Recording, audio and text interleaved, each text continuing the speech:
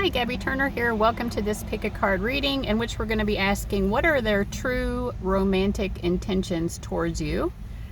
So we have three reading options here, and the first one is represented by goddess Hina. The second option is represented by Aphrodite, and the third option is represented by Áine, I think is how you pronounce that. But anyway, those are your three options. I've got timestamps listed below along with information on how to purchase a personal reading. So go ahead and tune into your intuition, decide which reading or readings are calling out for you, and then just use that timestamp below, and I'll see you there.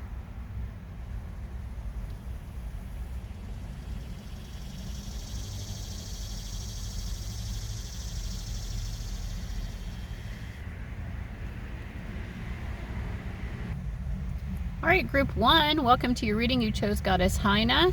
So let's go ahead and see what your person of interest's true romantic intentions are towards you.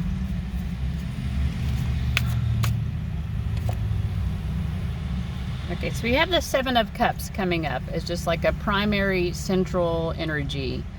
So I generally view the Seven of Cups in romance readings as very like sensual, erotic. There's definitely a strong emotional component. So, and that's kind of how I understand the word erotic anyway. Erotic is not just about lust and the physical body. It's about the emotions that get involved. And a lot of times with this card, the Seven of Cups, there can be a lot of fantasy. And even in the way it's portrayed in this deck, which is, in case you're interested, it's called the Star Power Tarot. There are kind of like, you know, with all of these mirrors, it's sort of like the fantasy projections. We also have a heart-shaped bathtub. Like, I do feel like this person definitely wants sensual time with you. And also, it's a sort of like emotional escapism. We have these little, what are those? Some, looks like alcohol glasses, cups, like martini glasses. Anyway, okay, tell us more here. So they want to lose themselves with you. They want to escape reality with you. It's almost like they feel that you are a drug, or that they want to connect you in a sort of drug-like trance sort of a way. I do feel a bit of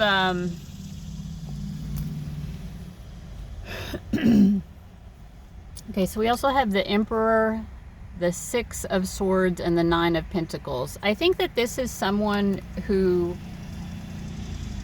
I'm sorry, I'm trying to collect my thoughts. They might seem like they're very in control of their life on the surface. They even, with the Emperor card, they could have a high status, high profile type of job, or people look at them with respect and see them as an authority figure. But I do feel like they kind of like to unwind and release their vulnerability a little bit through sexual, sensual escapades. You know, like there is a lot of like inner wounding here in this person with this Six of Swords. I feel like your energy makes them feel grounded and safe and secure. Like they feel that they can relax with you and show a vulnerable side with you during you know, your sensual sexual time together. It's like a release valve. You represent a sort of emotional and psychological release valve for this person.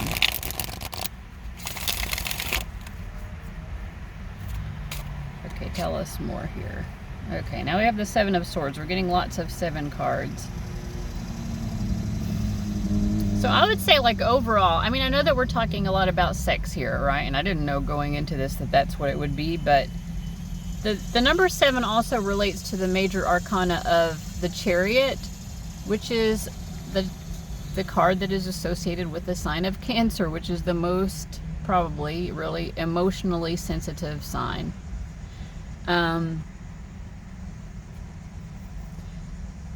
This person has a lot of emotions wrapped up in you, a lot of emotions wrapped up in their idea of you, in their thoughts of you, in their fantasies. I would say that with that Seven of Cups and now the Seven of Swords, they are in their head a lot. And I feel like it is almost like candy to them. You see how she's got like sort of like candy teeth? Thinking of you is like emotional candy to this person, like getting into their head, fantasizing, coming up with scenarios in their head. It helps to sort of take the edge off, but at the same time, you know how a lot of the things that we use to take the edge off also cause us a sort of self-destruction, right? Like, I do feel like the way that they think about you is sort of self-destructive, because they are really using this emotional connection as a drug, and maybe relying on getting that emotional hit from you too often. You know, this person is very comfortable with their shadow side. Here we have the Strength card, and we have this girl. She just seems cool as a cucumber sitting here with this gigantic monster, right?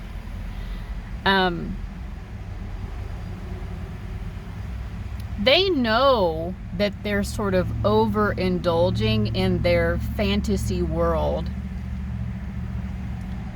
about you,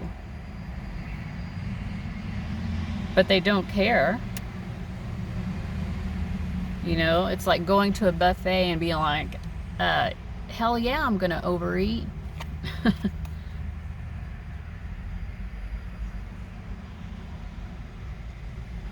I think also this person might have sort of fantasies about you being like sort of fragile or something, or like you pretending to be fragile and they can rescue. They might have like rescue fantasies or something regarding you, rescuing the damsel in distress. But again, this is like fantasy stuff. Now, I do think in terms of their intentions, like they do want it to happen in real life as well.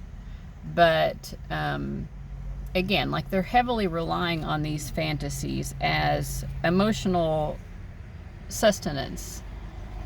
We have the Ace of Cups here. Again, you see how there's like this portal. This person really escapes a lot into thoughts of you.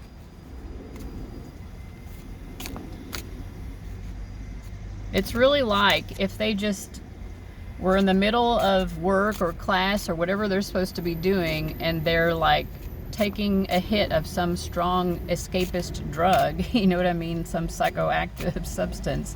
But the thoughts of you are the psychoactive substance, you know, like you take them into a different world, and they're riding with it, they're surfing with it, they're like, heck yeah, I am loving this. It almost makes them feel like this sort of rebellious. Here we have the King of Swords. It makes them have this almost rebellious, like rock star type energy, because it's like they know that it's bad for them, or they think that it's bad for them in some way to be overindulging in these fantasies of you. Why do they think it's bad? They think it's bad, but they're like, I'm bad to the bone. I don't know.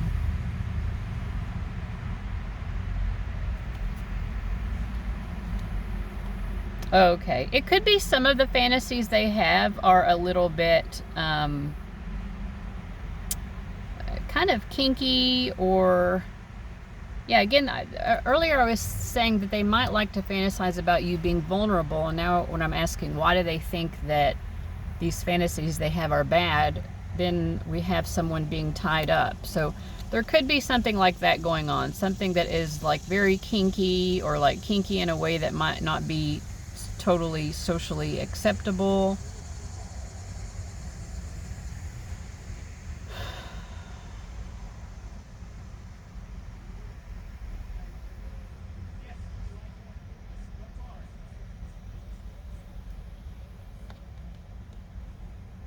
Maybe they're not even sure if you would like these fantasies that they're having, like, so that might make them feel like it's bad for them to even in their mind put you in that role, like doing that role play in their head, because they're like, well, I don't know if group 1 would even really like doing this, but I'm going to think about it,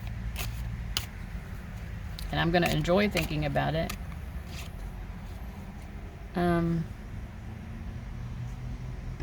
Yeah, countless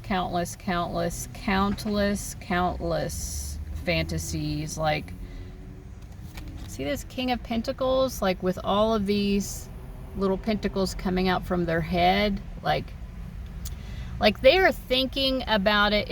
It's real to them. Like, the pentacles are real, right? The thoughts that they have are so real to this person. Their fantasies, like, it might as well have happened in real life because it feels that real to them. Okay. What else should we know about the connection with this person? We have more 7 energy coming out.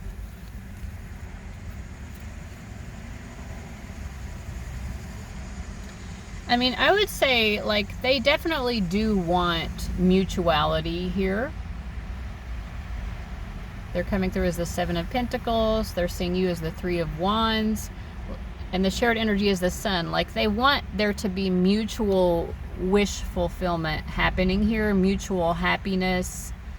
They want both of you to be able to express yourselves with each other, to find enrichment with each other.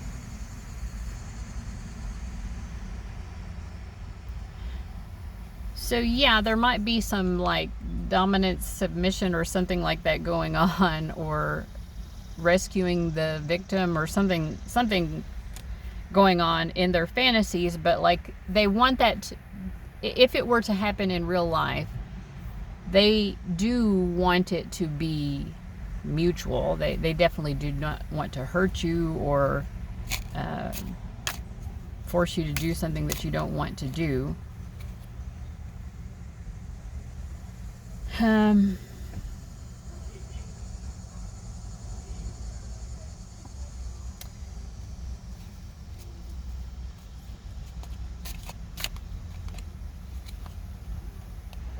Because I think that the way that they see you in real life, they don't actually see you as vulnerable, right? Like, so they feel like if you had that sort of dynamic happening in a sensual way, like if the two of you were getting frisky, like they feel like it would be a role that you're playing, to play vulnerable, to play demure, to play the damsel in distress, because they don't think that that's how you really are. So it would be an act. But I don't know. In any case, they want both of you to be able to express different parts of yourselves, because like I was saying earlier, in their everyday life, they feel like they have to come across with this, I've got it all together, I'm in charge, I'm in a leadership role, everybody respects me, and I am respectable, straight-laced and in control. And they want to be able to relax more and show you a deeper side of themselves when the two of you are alone together. But they also want you to be able to explore different sides of yourself also. So anyway, I did not, when I started this reading, expect it to go down this path. But now you know. Okay, is there anything else that group 1 should know about this connection? I kind of feel like that's it, but like, let me make one final... No, I was wrong. Your spirit guides want you to know more here.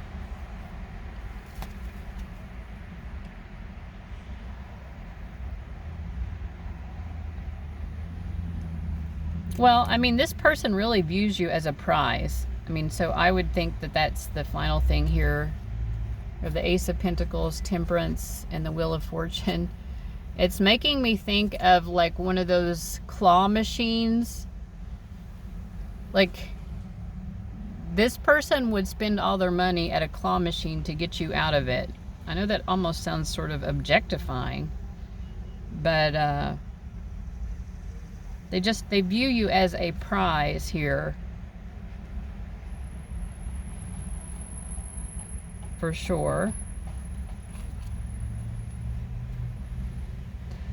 And a prize and kind of a toy in a way. Like, I mean, to me this feels sort of objectifying, but I don't think that that's how they are seeing it. They don't see you in an objectified way. So I don't really know how to articulate this, where they see you as a prize, even sort of like a toy, a fun time, someone to have fun with. I mean, I feel like they definitely view you as someone who a lot of people would want to be with.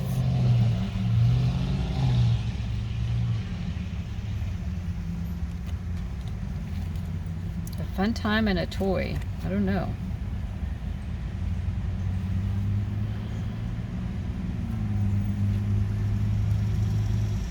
But I also feel like they may view you as, like, you need to have more fun, and like maybe they need to break you out of yourself a little bit to loosen up and have fun and see life itself as more of a toy, more of a game, more of a, like, here's an opportunity to have fun. They don't feel like you're having enough fun in life, but they feel, ironically, that they would like to have a lot of fun with you. So I think that's what it is. But they do view you as a prize. Yeah, it's not that they're objectifying you. They want you to understand that life can be full of fun moments, and that they would want you to embrace that more. Okay, so I'm glad we made sense of that. All right, let me get a spiritual guidance message for you guys from the Osho Zen. Here we have the Knight of Swords from this deck, and I'm just going to read the message here from this Osho Zen Tarot booklet.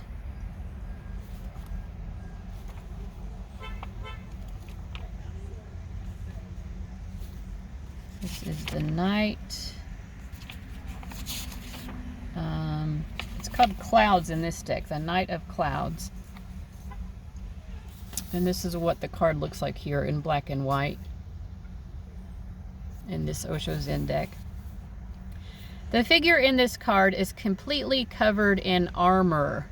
Only his glare of rage is visible, and the whites of the knuckles on his clenched fists. If you look closely at the armor, you can see it's covered with buttons, ready to detonate if anybody so much as brushes up against them. In the background, we see the shadowy movie that plays in this man's mind. Two figures fighting for a castle. An explosive temper or a smoldering rage often masks a deep feeling of pain. We think that if we frighten people away, we can avoid being hurt even more. In fact, just the opposite is the case. By covering our wounds with armor, we are preventing them from being healed. By lashing out at others, we keep ourselves from getting the love and nourishment we need. If this description seems to fit you, it's time to stop fighting. There is so much love available to you if you just let it in. Start by forgiving yourself. You're worth it. One moment it was there, another moment it is gone. One moment we are here, and another moment we have gone. And for this simple moment, how much fuss we make, how much violence, ambition, struggle, conflict, anger, hatred, just for this small moment. Just waiting for the train in a waiting room on a station, and creating so much fuss, fighting, hurting each other, trying to possess, trying to boss, trying to dominate, all that politics. And then the train comes and you are gone forever. So yeah, I would say, like, there might be, I don't know if they're speaking, if this message is speaking more to the person you're watching this for, or for you, or both, but It's almost like there's so much going on in the head that is like a constant distraction almost from the moment that is existing now, and that constant distraction is actually a blockage from love. So I feel that this person has a tendency to block themselves from love. You may also tend to block yourself from love. I feel like the way that the Knight of Swords is depicted in this card, you know, with the throat chakra being blocked off, there's a lot that's held back. There's a lot that is not expressed. I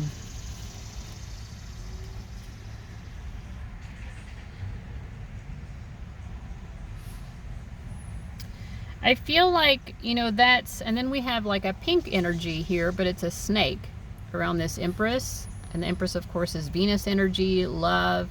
It's saying we don't have to say everything, but there's something where this person wants to be able to allow those expressions to exist, more so coming from the body,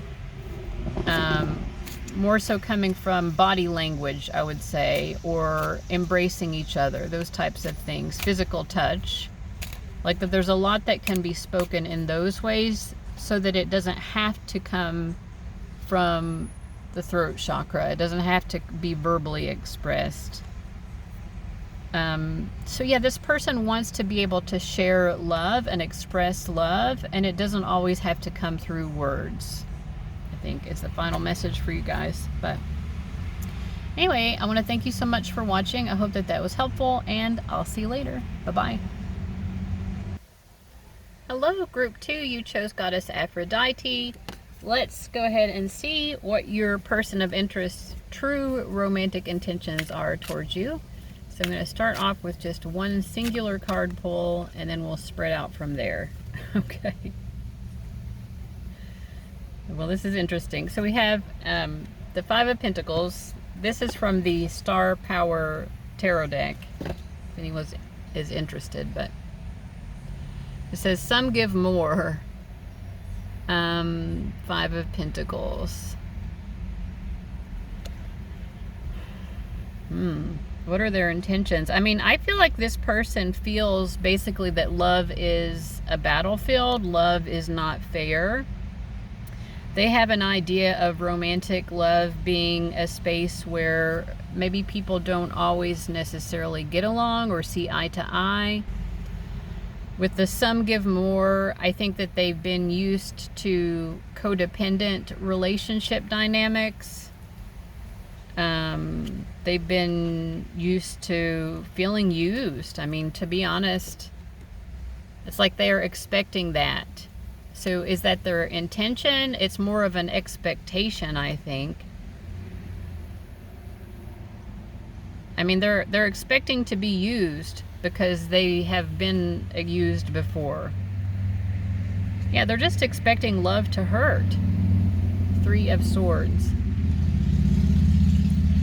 Again, I don't really get this coming across so much as an intention, because it's almost like they're just allowing it. They're receiving this energy. They're like, okay, somebody wants to come along and use me, fine, use me, I guess.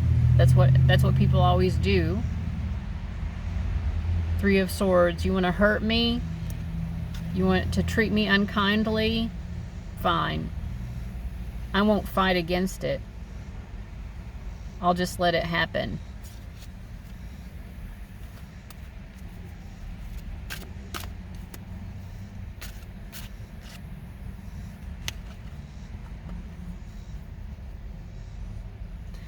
I kind of feel like, you know, the intention is more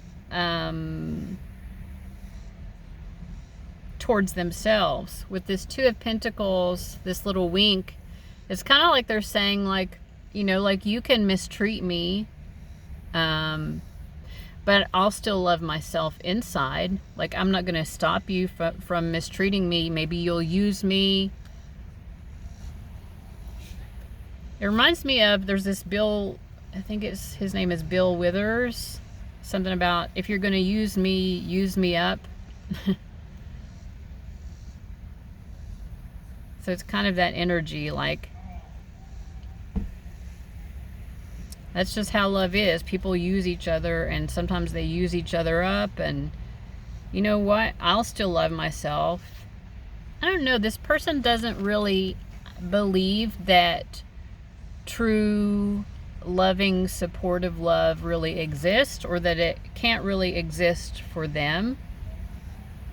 I feel like they look at couples who seem to have that, and they're like intrigued by it, and they're like, oh, does that really exist, or is that just like a put on, or are they just doing that for show? And the reality behind the scenes is that they're just using each other, and all of what looks like real, true, lovey-dovey lovingness is just fake. I mean, this is a very cynical person here, but I feel like despite the fact that they're cynical, they do try to make the most of it. Because I feel like this person's primary love interest is themselves, and not in a narcissistic, God, I can't speak, not in a narcissistic way, but in a just, you know, nobody's really gonna be there for me the way that I am here for myself. So I can't trust that anyone is going to do that. The only person I can trust to truly be there for myself is myself. They've just kind of made peace with it. And they're like, well, that's just how it is, you know, like, and I feel like this is someone who has a lot of people around them. They might even be an extrovert, or just have a lot of friends and family that they're interacting with on a regular basis. That they still feel like they're doing it all alone in a way, because yeah, there might be a lot of people around activity-wise, but there isn't a lot of actual support, or they're not feeling that support.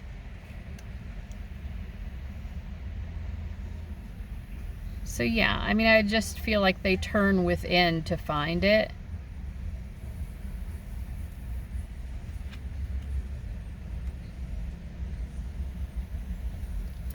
I think also they feel like nobody ever actually sees their true self. And again, that's something that they're just used to. I think at times they're not even sure themselves who their true self is. And they're not trying to necessarily show people their true selves. That's not their goal or their motivation. I think their goal or their motivation is just to make the best of life, despite the fact that life is full of people just using each other. You know, it's not even like this person, they're not like walking around in a victim mindset like, I've been so used. They're just like, yeah, I've been used. I can only rely on myself, you know, so that's what I'm gonna do. It is cynical, but it's also like making the most of it at the same time.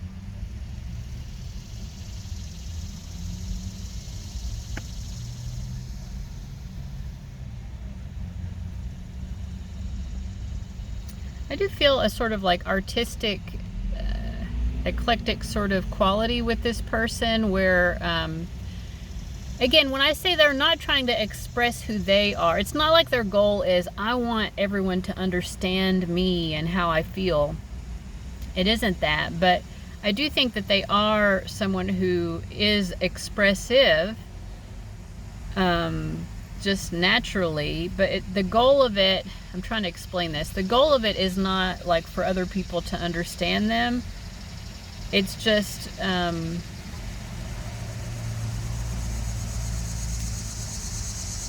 like this expression is just a natural extension of who they are. They're not trying to put on a show.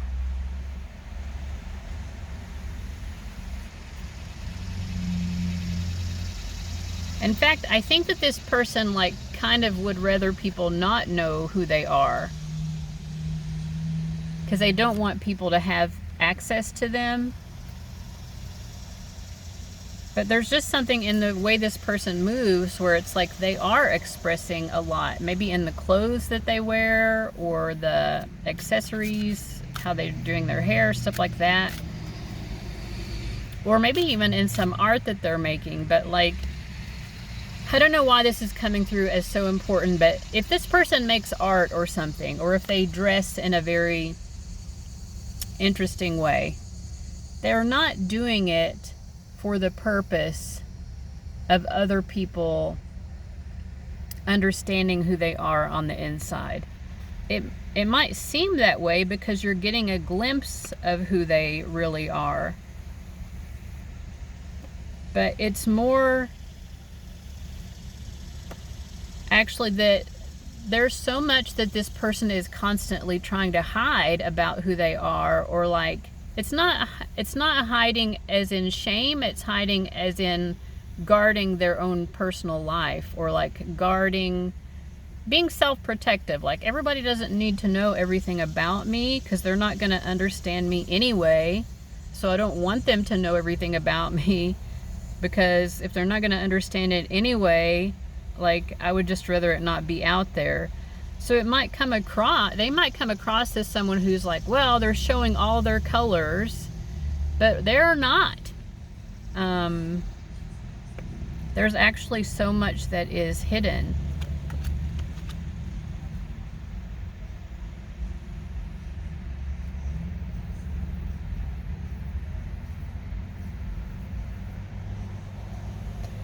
The true self of this person is kind of just very like raw and unrefined.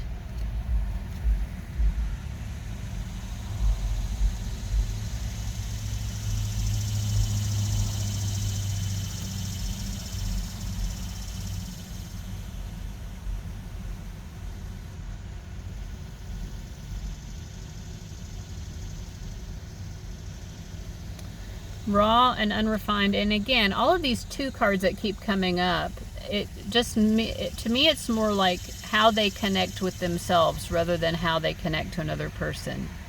So I know this is both of the readings I've done so far in this video have been quite unexpected, but I mean, we went into this wanting to know what are their true romantic intentions towards you. I don't think that they really have strong romantic intentions towards you. Their primary intention is towards supporting themselves. It's about self-validation, self-empowerment, loving themselves, being there for themselves. Now, I do think that this person radiates actually a lot of light energy, a lot of shiny energy with this Star card, and so other people do latch on to that and see like, oh wow, I love this person's energy, I'm getting so much, you know, like, they're not trying to be there for other people, but I feel like just as a natural outcome of them being themselves and loving themselves, they are putting out all this bright light energy that is actually kind of very healing to other people.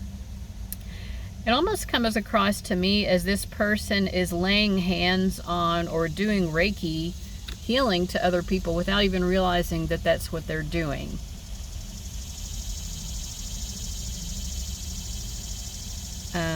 Because their own energy is so strong, but it's the energy of true self-love. Again, not narcissism, but actual, like, I love myself and I'm there for myself.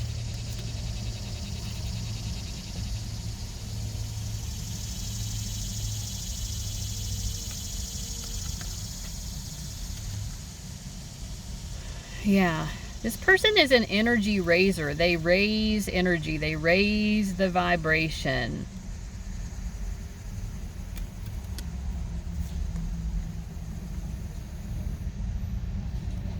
They're raising the vibration wherever they go.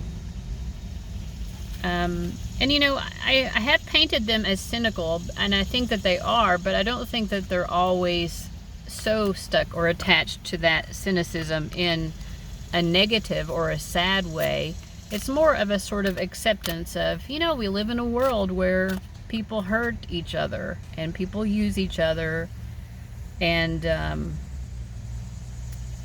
you know, I have to navigate the reality of the world as it is, and that's the world as it is. rather than I could pretend that the world is something different. I could pretend that the world is full of loving and supportive people, but I'm going to have an easier time moving through the world if I can actually just embrace the reality of it. So that's what they choose to do. It just is what works best for them. Okay, I'm going to end this reading here with a message from the Osho Zen Tarot. So I just pulled a card from this deck, which is the Six of Swords. And we're going to read what the Six of Swords says in this Osho Zen Tarot deck. If I can get there.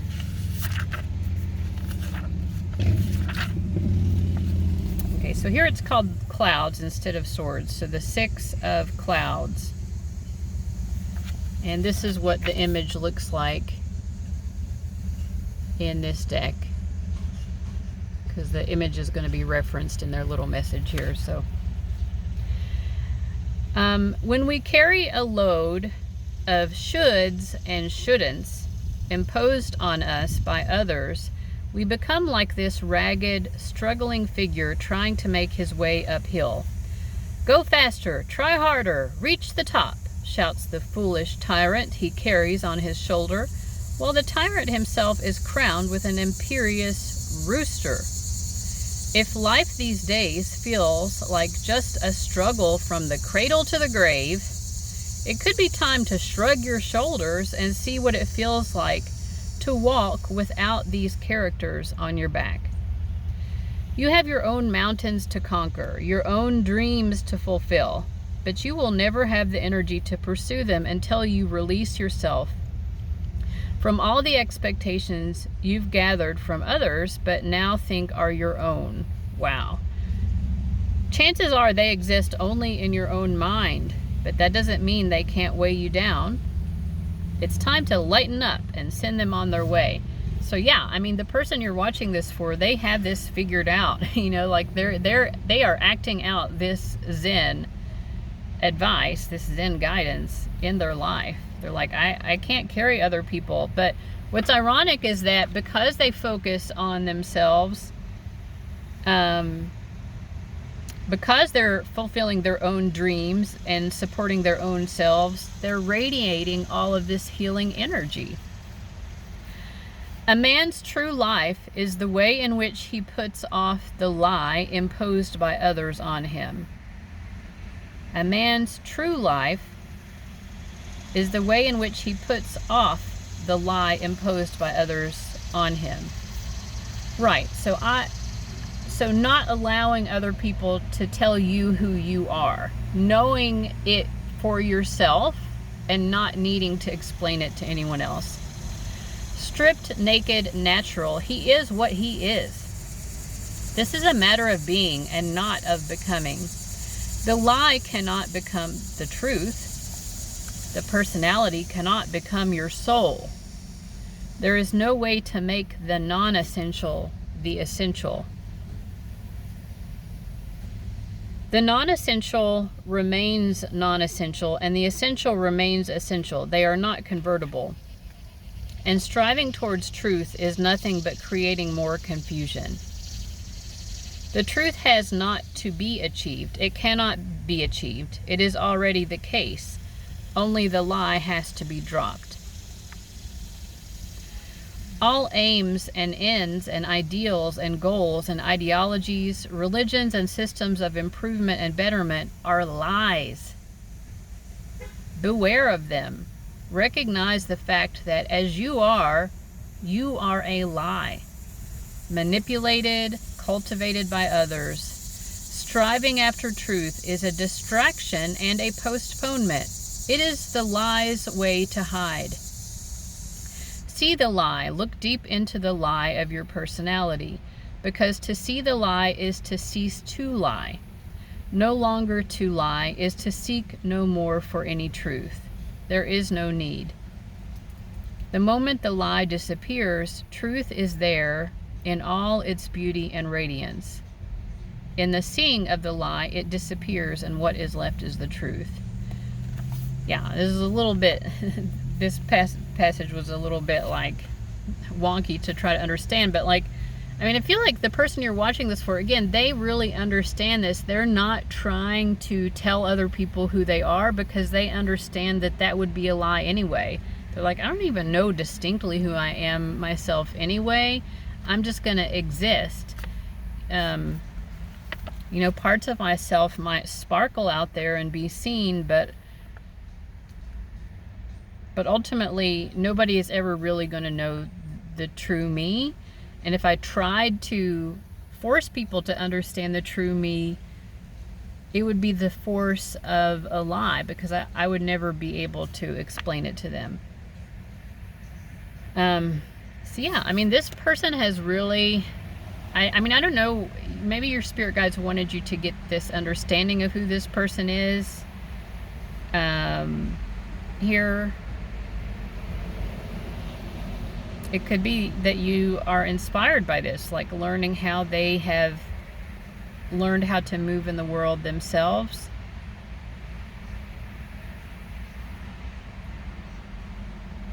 So I'm not sure what else to say here, but that was a really cool reading. I don't know, I quite enjoyed it. I hope you did. I hope it was helpful to you. And anyway, thank you so much for watching, and I'll see you later. Bye-bye. All right, hello, group 3. You chose Áine. I'm probably getting close, if not any cigar, to the pronunciation there, but let's see what your person that you're watching this for, what are their true romantic intentions? This has been just a wild card, pick a card reading so far, but let's see what we've got for you. Okay, we're starting off with the Hierophant, and the deck that I'm using, just if anyone's curious, is the Star Power Tarot deck. Okay, so typically the Hierophant in romance readings does tell us that someone is interested in, you know, a committed, typical relationship, a quote-unquote traditional relationship. So the imagery in this particular deck is very interesting. It's almost like it gives us the point of view of, if, like, watching this, if I was laying on the ground looking up and there are people circling around, maybe checking to see if I'm okay, like have I fallen on the ground, and like people are trying to figure out what's going on with me. So what does that mean in terms of this person's intentions towards you? I feel like their energy is actually represented by these red lines in the sky, which are like showing the outlines of, looks like stars and crescent moons or something. So there's like a sort of pattern in the sky. So what are this person's intentions? I think that they feel that a lot of people want to know what's going on with you. A lot of people are curious about you. Maybe a lot of people are wanting to check up on you. But they feel like these people are more interested in almost like sort of a gossipy, like, oh, I want to know what the drama is about group 3. But they feel for themselves that they're more like above it all. Like they're seeing it from a higher perspective. Like they also are concerned with how you're doing for some reason. But not in a nosy, gossipy way. I think that they view you as just generally a very intriguing human being, for one thing. They feel the same about themselves, right? So they're not just part of the audience showing up for the spectacle. They're like, they see you as an equal, like, wow, we're both like pretty groovy, we're both pretty cool. Like, I wonder what's going on with group 3 here. It seems like they are leading a very interesting life.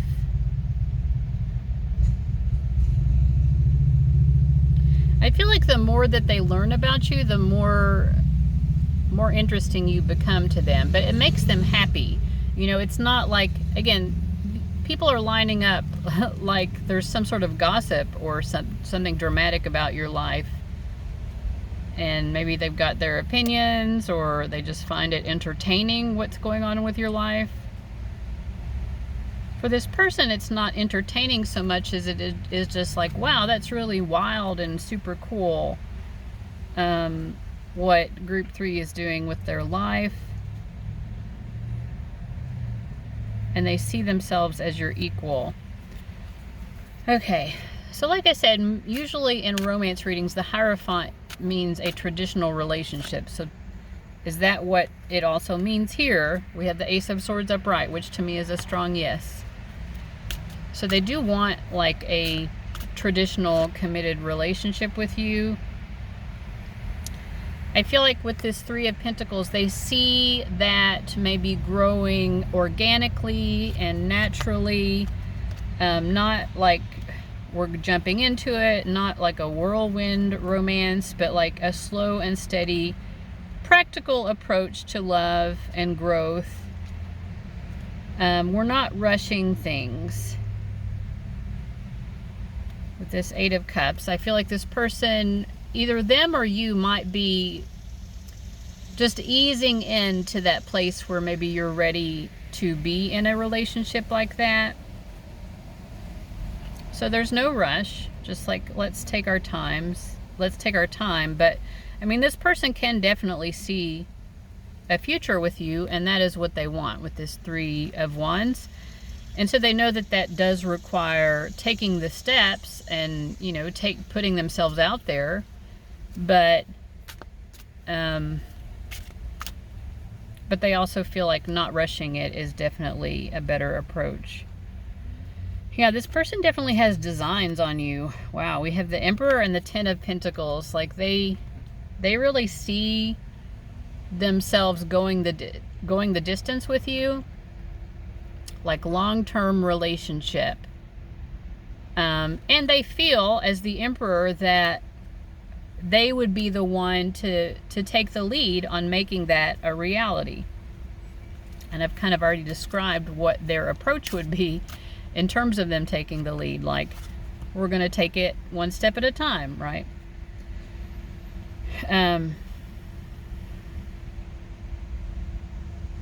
I feel like maybe this person, sometimes they make eye contact with you or something, but they don't always feel like they have to start speaking, or like, it's like this person is recognizing there are different ways to communicate themselves to you and letting you know that they're present with you. I feel like eye contact might be one of those ways. Smiling at you.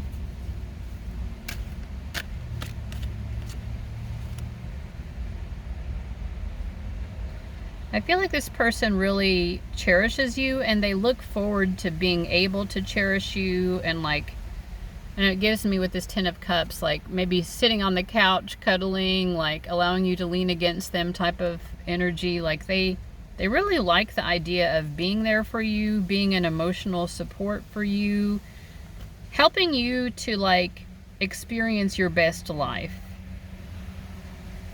Helping you to experience your best life. Wow. Yeah, we have the Queen of Wands. Like, this person thinks you're so special. They just think you are so very special.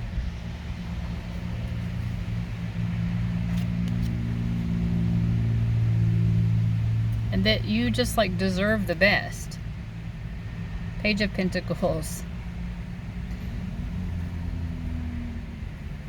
Yeah, I feel like this person is like, you have so many talents, like you add so much value to the world, and they want to be able to give you the support you need to really do the most with the talents that you have. Let me support your talents. You know, back in the day, this doesn't exist so much anymore, but like, what was it called?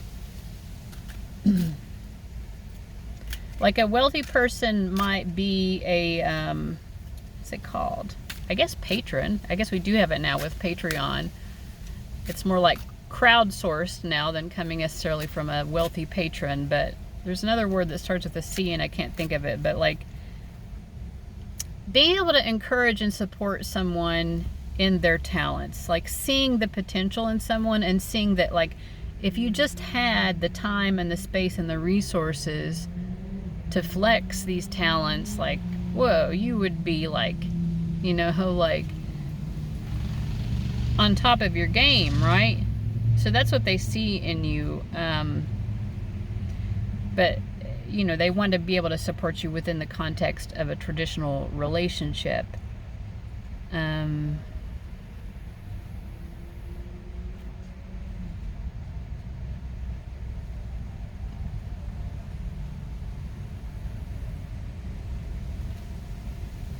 to understand what these cards are telling me.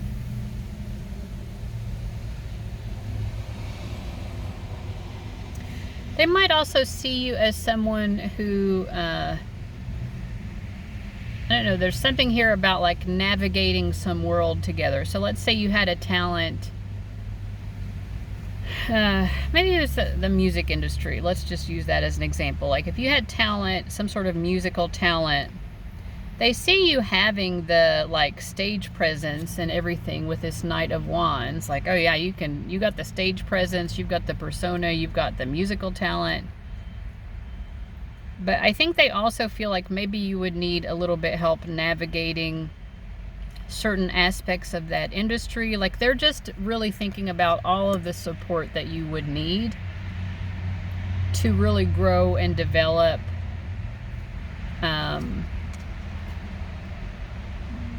you know, because they're like, I've seen a lot of people like group 3, you know, get out there and make something of themselves, but then they sort of fall through the cracks of hedonism and excess, or that sort of chaotic, turbulent lifestyle that people can get into.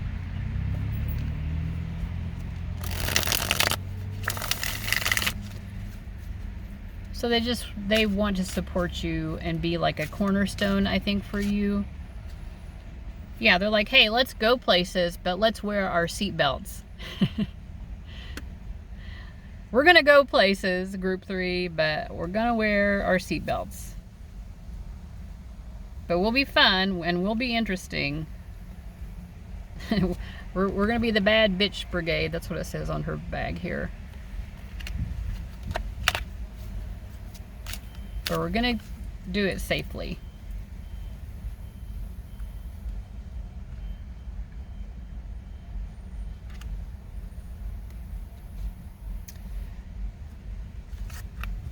Yeah, I mean, I feel like this person just wants you to have the ease and the comfort that they feel would put you in the best state of mind to achieve all that you want to achieve with your life, you know? Okay, anything else to know about this connection for group 3?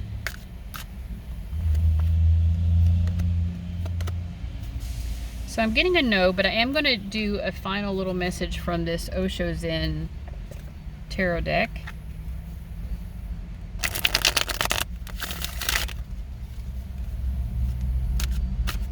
Just pull one card and then read the passage from the book. So we've got the 5 of Wands, which is one of the cards that came up in your reading. And we'll read it from this Osho Zen tarot. I don't have the cards anymore to this deck for whatever reason. I've lost them, but I still have the book.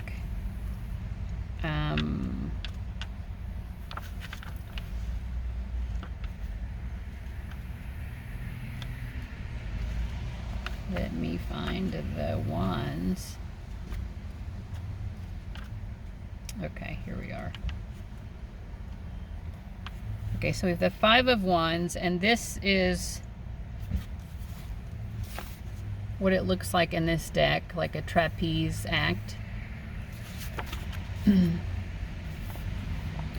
These 3 women are high in the air, playful and free, yet alert and interdependent.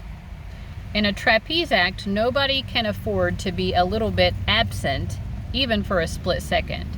And it is this quality of total attentiveness to the moment at hand that is represented here. We may feel there are too many things to do at once, but get bogged down in trying to do a bit here, a bit there, instead of taking one task at a time and getting on with it. Or perhaps we think our task is boring because we've forgotten that it's not what you do, but how you do it that matters. Developing the knack of being total in responding to whatever comes as it comes is one of the greatest gifts you can give yourself. Taking one step through life at a time, giving each step your complete attention and energy, can bring a wondrous new vitality and creativity to all that you do. So again, yeah, this person sees themselves as helping you bridge that gap and do something amazing, like a trapeze act, but to do it, you know, in a safe way. You know, we're going to remain alert and interdependent. We are going to rely upon each other, and through that we will be stronger, right? We're going to interlace our support for each other and be stronger and be able to accomplish great feats of amazement. Every moment there is a possibility to be total. Whatsoever you are doing, be absorbed in it so utterly that the mind thinks nothing, is just there, is just a presence. And more totality will be coming, and the taste of totality will make you more and more capable of being total. Yeah, so this person really wants you to help you reach your personal fulfillment, self-actualization, right? To be self-actualized. And they want that for themselves as well. And they see that with you, that potential. And try to see when you are not total. Those are the moments which have to be dropped slowly. When you are not total, whenever you are in the head, thinking, brooding, calculating, cunning, clever, you are not total. Slowly slip out of those moments. It is just an old habit. Habits die hard, but they die certainly. If one persists, they die. So this reminds me of like flow moments, when you're so focused on what it is that you're doing that you can't overthink, you can't overanalyze, because you're just totally enraptured. What's the word I'm looking for? What is the word I'm looking for? I don't know. Anyway, you're totally involved in the moment and in the flow. And yeah, I mean, this person is like, you need to have your life set up in such a way that you can do that. You know, like, give yourself, you know, the foundation you need. And they want to be a part of that foundation for you so that you can be in the flow, so that you can be total, so that you can be fully self-actualized. And like I said, they see that being what they are capable of with you as well. They definitely feel it's like an interwoven thing. Like, this is going to be good for both of us. So that's the vibe. Let me know if that makes sense to you. I thank you so much for watching, and I'll see you later. Bye-bye.